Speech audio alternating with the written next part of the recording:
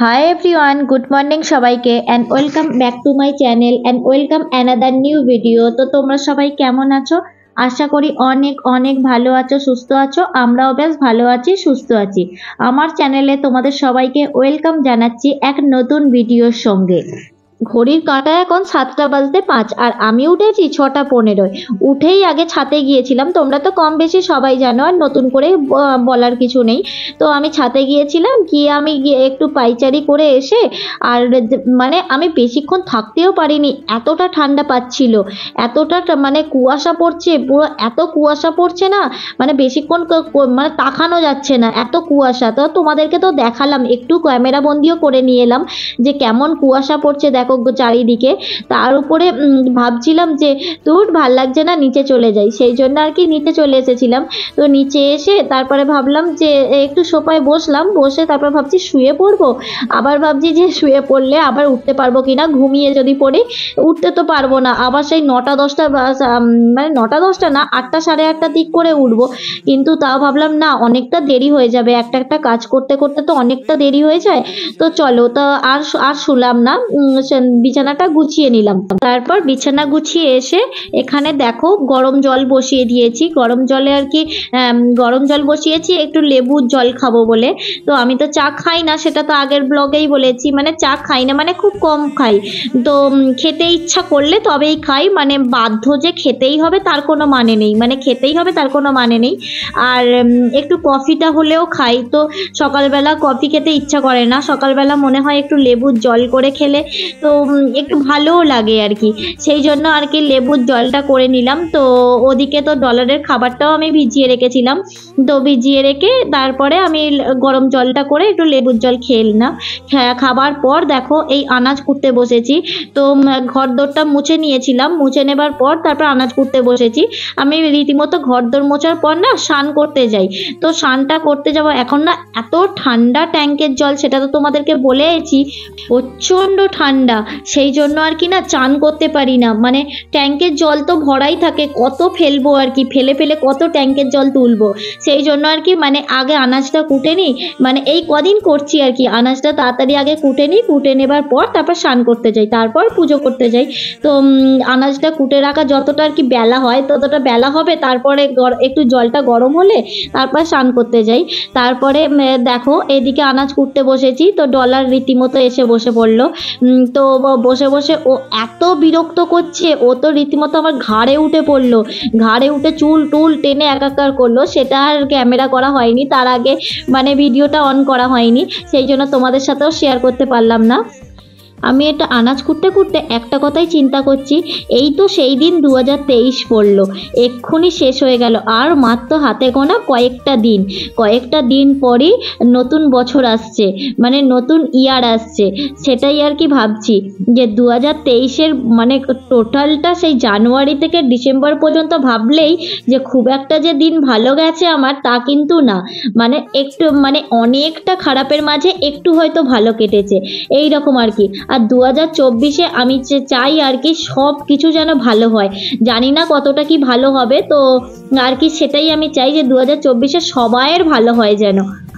আর 2022-এর কথা আর নাই বা বললাম, মানে 2022-এ তো আমার জীবনে সব কিছু কেড়ে নিয়ে চলে গেছে, মানে 2022-টা আর কি মনে করতেও চাই না। 2022-23টা মানে কোনোভাবেই যে খুব একটা ভালো কেটেছে তা কিন্তু না, 2022টা তো খুবই খারাপ কেটেছে। মানে কি বললাম যে 2022-এ আমার জীবন পুরো ক্ষত বিক্ষত করে দিয়েছে, আর 2023টা তো তার মাঝে একটু আর কি ভালো গেছে। তো তারপর দেখো, তো তোমাদের সাথে কথা বলতে বলতে আনাজটাও কোটা হয়ে গেল। ভাবতেই পারো যে দিদিভাইয়ের কি এমন হয়েছিল যার জন্য দিদিভাই বলছে তার জীবনটা ওলট পালট হয়ে গেছিল। নিশ্চয়ই অন্য একটা ব্লগে শেয়ার করব, যদি কেউ জানতে চাও তো কমেন্ট করে জানিও, আমি সেটা দেখে তারপরে একটা ভিডিও করব আর কি। তো চলো, তারপর দেখো এদিকে স্নান আমি কমপ্লিট করে নিয়েছিলাম, স্নান কমপ্লিট করে নেবার পর পুজো করতে বসেছি। তো পুজো করতে বসেছি, আর তার আগে গোপালকে আগে ঘুম থেকে তুলে নিয়েছিলাম। গোপালকে এখন সকাল সকাল স্নান করাই না, আর গোপালকে একটু বেলা করে স্নান করাই, কারণটা হচ্ছে ও হয়তো বলতে পারে না, কিন্তু ওরও তো ঠান্ডা লাগে না, সেই জন্য আর কি গোপালকে আর সকালবেলা আগে গরমকালে কি করতাম, ঘুম থেকে তুলে স্নানটা করিয়ে দিতাম। কিন্তু এখন আর শীতকালে সেটা করাই না। একবার মুখটাকে ধুয়ে দিয়ে মানে ওকে একটু পরিষ্কার করে তার উপর আবার তারপর আর কি সিংহাসনে বসিয়ে দিই। তো সোয়েটার ফোয়েটার পরিয়ে। তো এখন শীতকাল, তো সেই জন্য সোয়েটার জামা সমস্ত কিছু বের করেছি, নাহলে খুব একটা ওকে জামাও পরাতাম না। এবার তোমরা ভাবতেই পারো যে দিদিভাই তাহলে গোপালকে জামা কেন পরাতো না?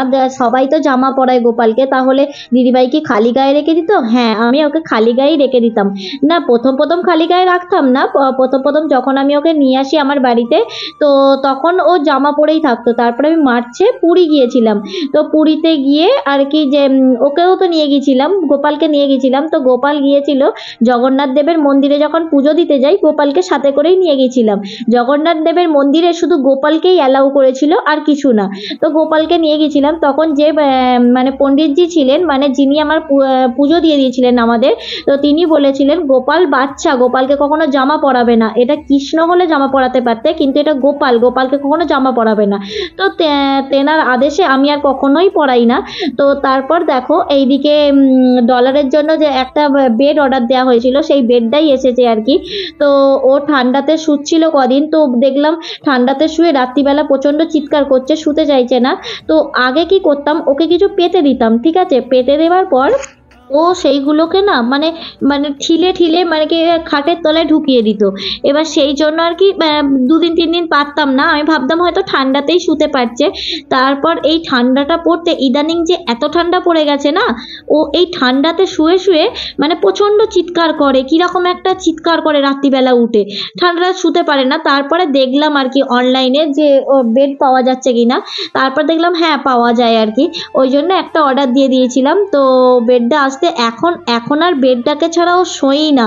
মানে দুপুরেও ওই বেডটা চাই, রাত্রিরেও ওর এই বেডের উপরেই শুয়ে থাকে।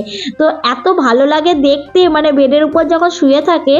তো একেই তো বেডটা রেড, তার উপর ও হোয়াইট, তো এত সুন্দর কম্বিনেশনটা মিশেছে, এত ভালো লাগে আর কি ও শুলে। আমার তো ভীষণ ভালো লাগে দেখতে। তো কোনো একটা ভিডিওতে তোমাদের সাথেও শেয়ার করব। তারপর আমি খাওয়া দাওয়া করে ঘুমিয়ে পড়েছিলাম। ঘুম থেকে উঠে দেখো এই জামা কাপড়গুলো আর কি রিলস বানাবো বলে বের করেছিলাম, তো সেইগুলোকে আর কি তুলছি এবার গুছিয়ে গুছিয়ে।